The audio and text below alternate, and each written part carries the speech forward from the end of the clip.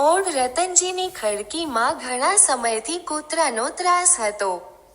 અત્યાર સુધીમાં 30 જણને કૂતરું કરડ્યું હતું. કૂતરા ત્રાસથી રહેવાસીઓ સતત ભય હેઠળ રહેતા હતા. આ કૂતરા વિશે મીડિયામાં, નગરપાલિકામાં તથા કાઉન્સિલરોને રજૂઆત કરતા ઉમરેઠથી પાંજરું મંગાવીને કૂતરાને પકડવામાં આવ્યું અને દૂર કનોડા વિસ્તારમાં તેને સુરક્ષિત જગ્યાએ છોડી મૂકવામાં આવ્યું. ઓડ નગરપાલિકા આરોગ્ય કાઉન્સિલર ભાવનાબેન પટેલ, મનોજભાઈ સોલંકી જાતે હાજર રહીને આ જરૂરી કામ કરાવીને સૌ રહેવાસીઓને આ શ્વાનના ભયથી મુક્ત કરવામાં તેઓ સહભાગી થયા. રતનજીની ખડકીના સૌ રહેવાસીઓએ નગરપાલિકાનો આભાર વ્યક્ત કર્યો.